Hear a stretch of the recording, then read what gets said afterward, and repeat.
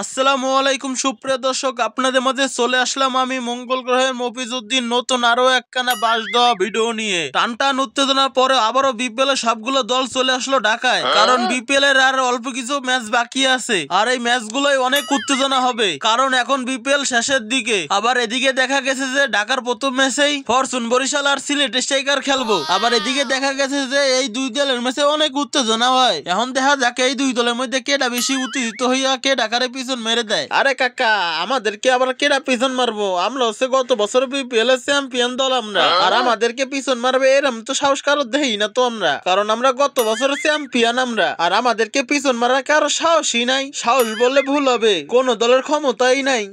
शाबाश बेटा, बहुत बढ़िया।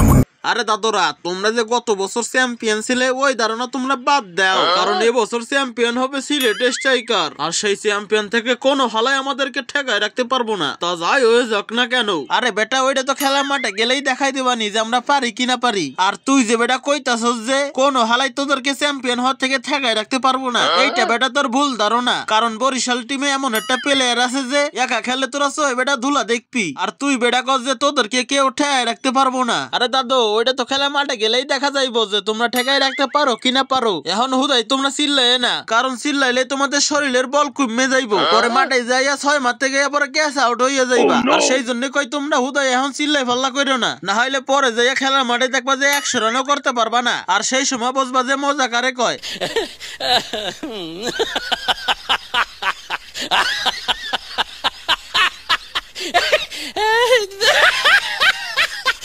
আরে দাদু, তুমি কি আমাদেরকে ধনপুন পেলার পাইছো নাকি যে আমরা চিল্লাইলেই আমাদের শরীরে বল কমে যাইবো? আমরা মিয়া গত বছরের চ্যাম্পিয়ন টিম, তুমি মনে হয় এটা ভুলে গেছো। আর তুমি শোনো, তোমার একটা কথা কই, আমি চট্টগ্রামের পোলা হইলে কি হইছে, আমার শরীরে এখন বরিশালের রক্ত টকবক করতেছে। আর সেই জন্যই গত বছর চ্যাম্পিয়ন হয়েছিলাম আমরা। আর এই বছর রক্ত তো আমার পুরোই খাঁটি হয়ে গেছে গা। আর এবারও আমরা আবার চ্যাম্পিয়ন হবো। আর এই চ্যাম্পিয়ন থেকে কোনো হালাই ঠেকায় রাখতে পারবো না আমাদেরকে, তা যাই হয়ে যাক না কেন। আরে বেটা তামিম, তোর রক্ত খাঁটি কেন, পিওর হয়ে যাক গা, তাতেও কোনো কাজ হইতো না, কারণ এবার বিপিএল এর কাপ তো বেটা আমরাই নিমু, তা যাই হয়ে যাক না কেন। আর শোনো, তোমার একটা কথা কই, তুমি যে তৈ লাফালাফি দৌড়াদৌড়ি করো না কেন, কোনো কাজ হইতো না, কারণ আজকের ম্যাচে তোমাদেরকে আমরা পদ মারবোই মারবো। আর সেইটা বাসা তোমরা ঠেকাই রাখতে পারবা না, বুঝছো তোমরা? शाबाश बेटा, बहुत बढ़िया।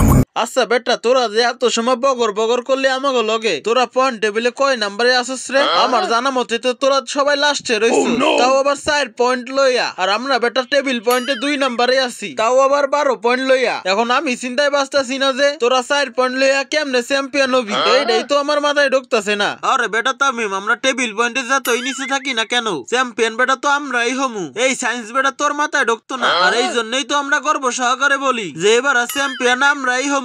আর এই চ্যাম্পিয়ন থেকে কোনো হালাই ঠেকায় রাখতে পারবো না আমাদেরকে, তা যাই হয়ে যাক না কেন। তো সুপ্রিয় দর্শক, ভিডিওটা যদি ভালো লেগে থাকে তাহলে লাইক করুন, কমেন্ট করুন। পরবর্তীতে আরো মজার মজার ডাবিং ভিডিও পেতে চ্যানেলটিকে সাবস্ক্রাইব করে রাখুন। তো আজকের ভিডিও এই পর্যন্ত, কি আল্লাহ হাফেজ।